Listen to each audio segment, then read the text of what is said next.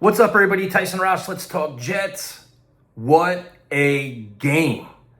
Following a dreadful week for the organization on and off the field, the Jets head in to play the Bengals. No Garrett Wilson, no Josh Reynolds. You find out that Tyrod Taylor's hurt, can't play. Justin Fields is going to play where nobody really wanted to see him on the field ever again. And this team showed so much fight, so much resilience, adjustments, scratched and clawed, and shocked everybody by beating the Cincinnati Bengals in surprising fashion. And this is a well-deserved win for Aaron Glenn and his team, man. We've discounted them in so many different aspects, and rightfully so. But they kept believing, they kept biting, they kept fighting. And this win is going to hopefully pay huge dividends for them heading into the bye, where they can build on this, get some confidence, and play solid football the rest of the way. We've all wanted to see competitive football. We wanted to see development, and maybe this is where it all starts. And to me, it starts Justin Fields, man, where you have Woody Johnson criticizing him. The game starts off slow, where he's not really playing a lot of confidence. He checks out of a play on fourth down, and they lose 2 yards. And you're like, here we go again. This offense sucks. We're going to go nowhere. Fields opened it up. Conveniently, I think, after Aaron Glenn yelled at Tanner Engstrand. But Fields stepped back. When his back hit the ground, he threw it. He threw the ball vertically. I mean, he had a great two-point conversion, too, showing his athleticism. The play calling helped him where he actually ran the ball more. He looked more confident, made some money throws. And you feel good for him, man. Nobody wants to see your quarterback battered and bruised and beaten up, mentally and physically, especially in this market. So this is a nice comeback for him to say, listen, man, I can play this game. I can lead this team, at least for, for the rest of the season. Give me a chance here. And he did. And it makes Woody Johnson look stupid, which even better. If the quotes motivated, Fields, great, but whatever. Breece Hall, an enormous game. And this is the Breece you want to see, man. 2 touchdowns. He had a passing touchdown, a great throw to Mason Taylor, which is completely crazy. But you saw the burst, the explosiveness, the fight. You want to give him the ball as much as possible, especially with Garrett Wilson out and Josh Reynolds out. Like, use Breece as much as possible. The X factor in this was Isaiah Davis, who had a 50-yard run, but catching the ball out of backfield. Like, they use their weapons more, explosively. 254 yards of rushing, which is a credit to the offensive line. If you look the last couple of weeks, they struggled a little bit. I thought Membu and Olu played very well, but the offensive line was mauling people. Then you look at the tight end group where Ruckert had a big catch, but Mason Taylor, man, this is what you wanted to see when you drafted him. He had a huge touchdown catch where he mossed the guy. He had a big catch, a big first down catch where a tight throw, a hard throw, and he caught it. It was I think it was got my first and goal, I believe. It was a huge play from Mason Taylor. And then the wide receivers, where you weren't sure who's going to catch the ball here. Isaiah Williams had like 3 catches. He had an end around, a nice run, probably like 25 yards or so. Tyler Johnson with another touchdown. And you're seeing guys come alive here. And I'm like, all right, you want to see Arian Smith had a big catch. You want to see who's going to step up in these times where you were worried they couldn't do anything.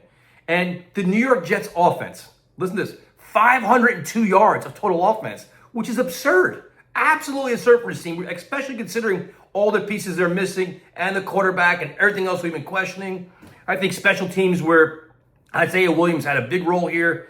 We criticized him. We wanted him cut, for being very honest. I think his punt returns, he averaged like 13 yards a punt return. He had a big, I think a 21-yarder or something like that. That was big. Jets special teams have been an asset. And then defensively, it was frustrating because they were getting pushed all over the field, man. The run defense was terrible. Sherwood, a lot of missed tackles, Sherwood, Malachi Moore, and they just kept breaking. Like, the Jets would score, defense would get points. Jets would score, they weren't getting any pressure, they weren't doing anything. But in the clutch, for the first time in forever, they made plays. Sherwood, a big pass breakup. You had a Will McDonald sack. You had a pressure by Jermaine Johnson.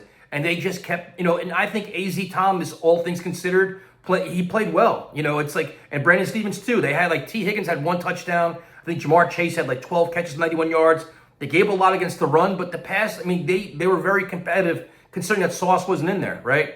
Quincy Williams returned, but the defense was very frustrating to watch, but they made adjustments. They tightened up. The Jets were losing by, I believe, 14 in the fourth quarter and scored 15 unanswered. The only way to do that is your defense steps up. So you got to give this team a lot of credit, man. I'm excited, man. It's nice to win. It's nice to see fight, all this battle. You see the smiles on the players' faces, as they deserve it, man, because we've been pounding them. The fans, the media, you're 0-7, you suck, fire everybody, cut everybody. And they found a way to win a game. And this is all we've been asking for the entire season. Just show us something. give us a glimmer of hope, something to believe in. So they're heading into the bye, man, and it's awesome. And the one thing I want to end with is the passing of Nick Mangold. And I had a chance to meet him several times, and I have some memories where I was in the players' lot. I was wearing a Bart Scott jersey. I was going to meet Bart Scott. He was going to sign my jersey. And my buddy was actually a Nick Mangold fan. And we saw him. He was actually hanging out after the game with a couple offensive linemen, having a beer and eating some sandwiches.